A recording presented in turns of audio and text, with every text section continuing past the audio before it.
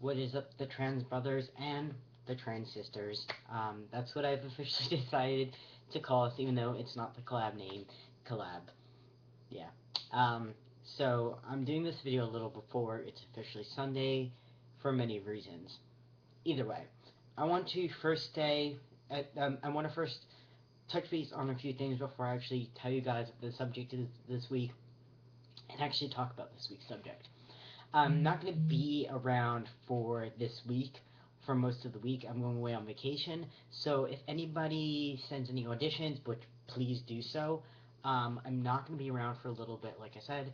So don't fret, because I check the channel more often now. So if you send a message or if you send an audition in, if I don't respond, please don't get upset. I will respond to you as soon as I can.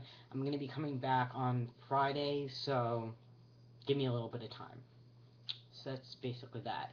I also got an inbox about the auditions, and I want to say again that these auditions are not open for FTMs.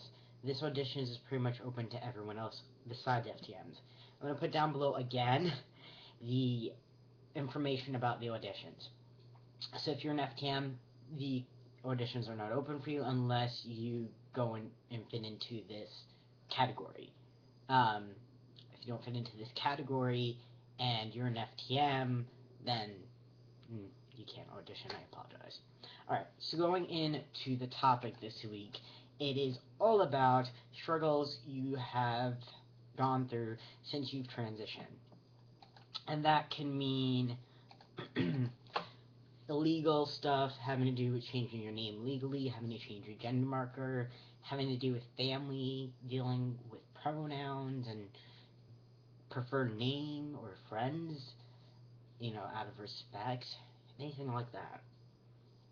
So I'm going to start off with, or like even stuff like trying to get stuff covered by your insurance, having to get that done the right way, or like having dysphoria and having to cope with it, anything like that. So I'm going to tackle one thing I've been dealing a lot with lately, which is I legally changed my name a little over a month ago. It's officially been like a month and 5 days.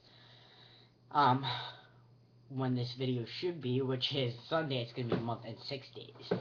So I went through the whole process here of legally changing my name, which it may be a subject one week, but I don't know. Either way. So I have to wait to get my name changed legally on some of my documents because I'm getting documentation, letters basically, from my doctor because in New York City, you're able to change your pretty much everything, not everything, you, your state ID, basically your driver's license, permit, state ID, which is all from the same place, DMV. You're able to change your gender marker on that from a letter from your doctor saying that you've been living full time as male or female, pending if you're an MTF or an FTM. And then you can change it on your passport, same way. And same thing for Social Security. So I'm going to be getting it changed on all three. So I'm waiting for a letter for each one from a doctor. I changed it on my birth certificate, and it's like annoying and it's ugly, and it's a different birth certificate from when I was born. Either way, but since I'm over 18, I'm registered to vote. Yes, I believe in registering to vote. And I recently had to re-register because I legally changed my name, so I have to re-register to vote. And I called and I got like the way you have to do it, at least I don't know how it is in other states or other cities, you have to literally re-register, like totally re-register, and I think that's how it is anywhere. So I got the ballot, not ballot, but like I got the form and filled it out, sent it to them. Today I get it back and they misspelled it by one letter. One letter. So frustrating. I'm like, I'm hoping I can vote in this coming elections because you guys screw up badly. Go you. So that was very, very, very frustrating. Having them screw up by one letter. My name by one letter. I was fuming and pissed when I saw it. I'm like, really? So I had to call and get them to send me another registration form today. So it was not fun. Having to go to um, getting my birth certificate changed between paying for the money for it, which I'm gonna have to be paying another $55 when I get my gender marker changed. Dealing with people discriminating against me is not fun either. Um, that's really like that was hard. I mean, and it wasn't even a trans issue. It's basically one of the disabilities I have that is not very obvious. You pretty much see it unless you're looking for it. If you don't know about it, then you won't really see it. I mean, sometimes you could see it, but it was very apparent that day because I was very anxious. So when I'm anxious, it becomes worse, and it's very apparent in my handwriting. Um, so it was really sucky because this person was like not even wanting to take the form and like process it. I'm thinking to myself, my handwriting isn't as bad as some other people's. I'm gonna admit it's bad, but that was hard. And she was also looking at me very weirdly because she's looking at me like, why are you changing your name to more masculine? Which I don't even understand how she would know that because how does she know my name is Hebrew? But either way, that was not fun. And I've gotten discriminated a lot for stuff like that. Um, so yeah, there's that. Let's see what else have I had to deal with. The insurance company not wanting to pay for my surgery and finally getting them to agree that they have to pay has not been fun. Very stressful. It's been some stumbling blocks I've been having to go through. Um, it's just a matter of having to get now, scheduling the surgery. So some other stuff is having people accepting me for who I am. That's probably one of the hardest things that have happened for me. Now, it's hard for me to get people to understand why I'm a little more laid back about certain things, or why I give people a little more time, or whatever. And it's like I kind of put into my mind about who each person is and where they're coming from, and what their stumbling blocks is, or what their comprehension is, or what they know, or what they don't know, or what they know about being trans or the LGBT life, I guess you can say. And I've gotten a lot of hate for that, which sucks.